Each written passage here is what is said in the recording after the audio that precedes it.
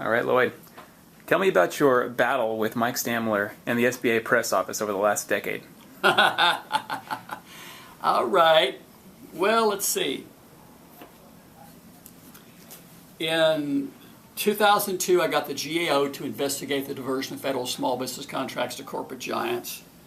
They found over 5,000 large businesses getting federal small business procurement awards. The SBA press office immediately went to work trying to cover it up. And I testified before Congress, and the Associated Press did a story, and it ran in about, 40 newspapers around the country. And right off the bat, the SBA tried trying to say that it was the result of computer glitches and honest mistakes and things like that. Most recently, when NBC found IBM, Oracle, and Hewlett-Packard getting small business contracts, they claimed it was anomalies. And so as I have sued the government and won, I think, over 30 legal battles that expose information that shows that these large corporations are getting small business contracts, I've also, the SBA press office has fought it. And they put forth a lot of energy trying to convince people that I'm a lunatic, a conspiracy nut, and the American Small Business League is a sham. Well, let's just say those three things, it's kind of irrelevant. Forget about me. Doesn't really matter what I am. It's irrelevant. Let's just talk about the facts. The facts are, that the SBA Inspector General, here's a report right here, has been finding corporations misrepresenting themselves as small businesses. This came out in 1995. That's a fact. Here's a copy of a blow-up of a page from the SBA Small Business Database back in 2002. Office Depot, 44,000 employees, $12 billion in sales. That was in the SBA's database of small businesses. These guys are getting small business contracts, right? So what does Mike Stamler say about that stuff? Well, they actually, it's funny you should say that. In fact, let me find something to show you here. Let me put my little dog down here if I can find it.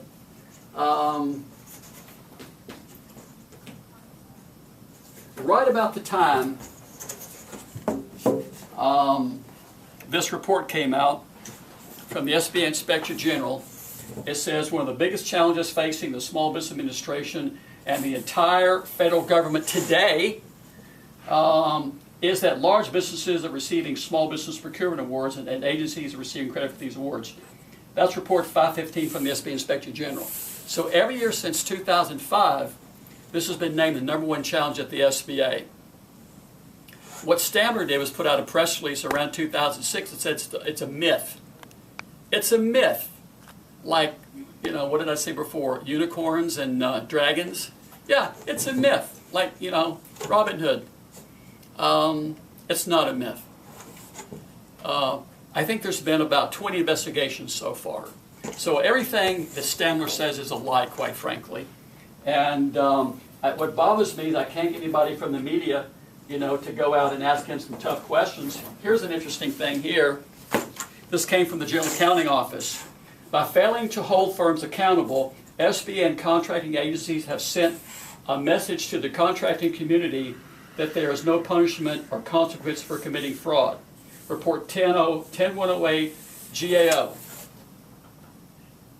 Right? They don't say that it's a myth. They don't say it's anomalies, right? Here's another funny thing. We sued the SBA for the names of firms that got small business contracts. And they told a federal judge that they had no idea who got federal contracts, which is a bold-faced lie. Judge says the court finds curious the SBA's argument that it does not control the very information it needs to carry out its duties and missions and functions. U.S. District Court Judge Marilyn Patel, August 2008. Now, why would the SBA lie to a federal judge? That's a pretty heavy deal, isn't it? So what are they trying to cover if they're lying to a federal judge? Here's what they're trying to cover up. Mike Stamler and the SBA press office has lied to the American people, Congress, and the public for a decade about this. The truth is that in Report 516 from the SBA Inspector General, they say that these large corporations get small business contracts through false certifications and improper certifications, which is fraud. The SBA Office of Advocacy has said it's vendor deception, another example of fraud. You see in this one report here, it basically says that the SBA is basically, would you say that that's encouraging people to commit fraud? Yeah. So that's the truth. So again, they spent a lot of time and money to try to make me look like a conspiracy. I'm just reading the reports here, folks. I'm not making this stuff up. I can read. I'm just reading this stuff, right? It seems like this is pretty clear evidence that this is fraud. So how do they get away with it? How do they get away with it? They've hired some of the biggest public relations firms in the world. We know that they've hired an international PR firm that specializes in crisis management. Now, why in the world would the Small Business Administration of Washington, D.C. hire an international public relations firm that specializes in crisis management? I've got a copy of a contract where they pay them as much as $25,000 for a single day. And this company's located in Eastern Europe. Sounds kind of suspicious to me. Here's a funny story. 3 or 4 years ago, I'm in D.C. to talk to the SBA Inspector General.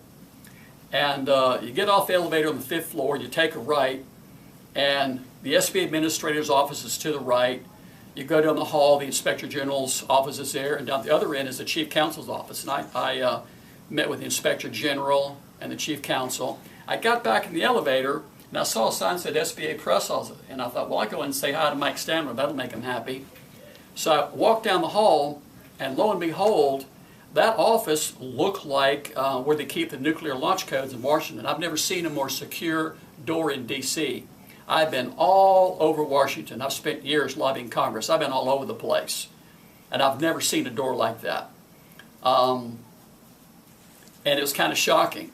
I guess the other thing that's interesting about the press office is we did a Freedom of Information request for Mike Stamler's phone records. We wound up in the Supreme Court. Now, why do you have to go to the Supreme Court to get Mike Stamler's phone records? See, what we did was we FOIA'd about a half a dozen other similar-sized agencies, the press office director's phone records. They just emailed them to us. It was so simple, I think they didn't even charge us for it, did they? You know, it was so simple, boom, it's free. And yet to get Stamler's phone records, we had to go to the Supreme Court. Now ask yourself, what are in Mike Stamler's phone records that they've got this big, heavy door, looks like the launch codes at NORAD, and you've got to go to the Supreme Court to get his phone records? I'll tell you what I think. I think that Mike Stamler works with some of the biggest public relations firms in the world. I think he works with the U.S. Chamber of Commerce. I think he works with the Pentagon Press Office. And I think they do everything they can to lie to the American people, Congress, and the public. And people like me that are just reading these investigations, they try to make us look like we're conspiracy nuts and fools. I guess I've gone on national television, I don't know, 3 or 4 dozen times. And for every national television appearance I've gone on, 1 or 2 have been canceled just shortly before the show. Now, we've seen Mike Stamler's emails to journalists telling me that I'm a conspiracy nut and a lunatic and everything. I think he said that there's a lie in every paragraph I write. And I'm just reading this stuff, right? So I'd love to see the Inspector General for the SBA investigate the SBA Press Office. I'd love to see the FBI investigate the SBA Press Office because they're lying. Now, what's happening here, by the way, is felony federal contracting fraud under Section 16D of the Small Business Act. The penalty is 10 years in prison. I do admit that one reason large corporations get small business contracts is policies that the SBA and other agencies have passed. But here's one problem with that. Federal law defines a small business as being independently owned and having less than 1,500 employees. Any federal policy that allows a Fortune 500 firm or companies like Rolls-Royce and British Aerospace and Finn Mechanica to get contracts, to small business contracts, is illegal. It's also inconsistent with the congressional intent of passing the Small Business Act. I think President Eisenhower would roll over his grave if he knew that in 2012 we're giving small business contracts to Russian-owned arms dealers and giant Italian defense contractors. So Stamler is a lying con man, and he should be investigated for collusion to commit contracting fraud, and we don't need people like that working in America. That's what I think about those guys.